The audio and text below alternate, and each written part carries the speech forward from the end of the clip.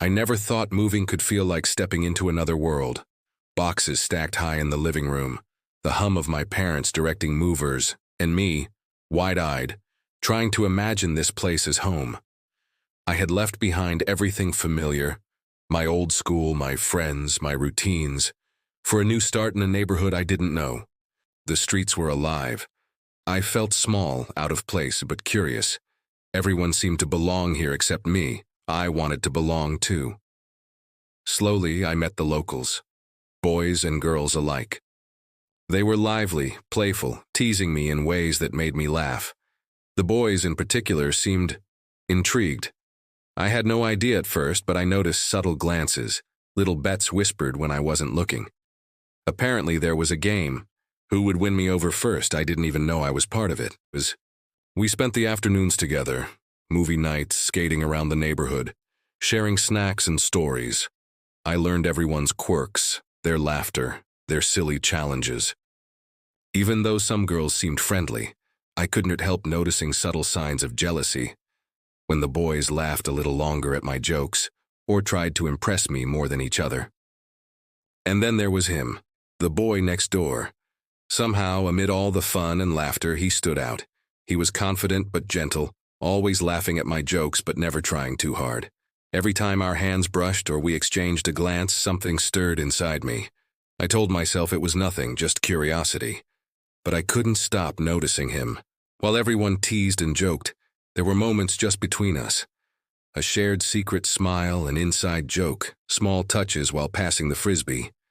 But it was something that made my chest feel lighter, brighter, alive. As I lay in bed that night, replaying the day, I realized something had shifted. The boy next door wasn't just another friendly face in this new neighborhood. He had found a way into my thoughts, into my life, which was about to become a lot more complicated. And I had no idea what was coming next, but I knew. Little did I know, the laughter, the teasing, and the games of friendship would soon be tested, and my heart would be caught in a storm I wasn't ready for. After weeks of teasing, laughing, and sharing secrets, we finally admitted what we had both been feeling. It wasn't sudden, no dramatic confessions or whispered promises, just small moments that kept stacking, the way he lingered near me a little longer, the way our hands brushed in the group games, the quiet smiles that lasted too long. One evening, as the sun dipped low and painted the sky pink, we found ourselves sitting on the curb away from the others. I like being around you, I said, trying not to sound too eager. Yeah, he admitted, looking down at his sneakers. I feel the same, but maybe we should keep this quiet. Just between us for now? I nodded, my heart racing. I don't want to ruin anything with everyone else. And so, we made a promise. Not a public declaration, not a big announcement. Just a quiet agreement that this connection was ours alone. For the first time, it felt like a secret world, where only we existed, even when surrounded by friends. Over the next days, it became a game of subtle touches, knowing glances and shared jokes that no one else understood. Every laugh and brush of the hand made my chest ache with excitement and fear. We were together, but not openly. And maybe that was the most thrilling part. The days after we quietly agreed to be ours alone felt like walking on air. Every glance, every small smile we shared became a secret language only we understood. At first, it was thrilling.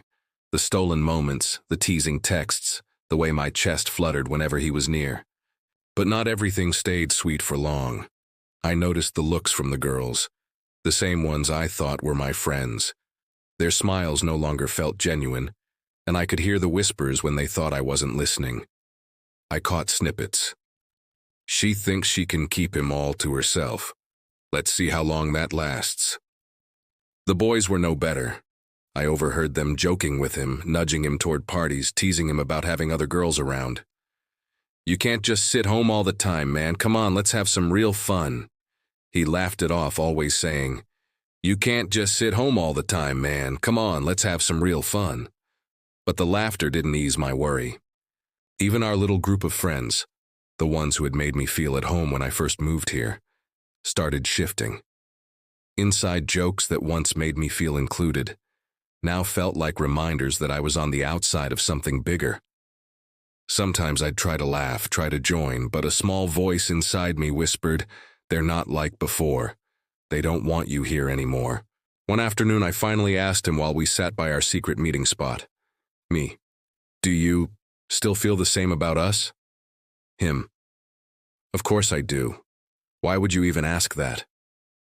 Me, "Because I see how they look at us, and I see how they talk to you. I don't know anymore. I don't want to lose you. Don't want—" He reached for my hand, holding it a little too tightly. "You won't lose me. Not to them, not to anyone, I promise." And for a moment I believed him. But the whispers didn't stop. The teasing, the side glances, the little manipulations from all sides. It was everywhere. Every day it became harder to trust that what we had was safe.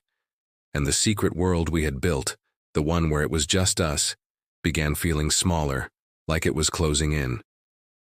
At night, lying in my room, I'd replay our conversations, our laughs, the soft brush of his hand against mine. I tried to hold on to that warmth, but a knot of worry had started to form deep inside me, a quiet voice saying, "This is only the beginning, and not everyone wants us to be happy."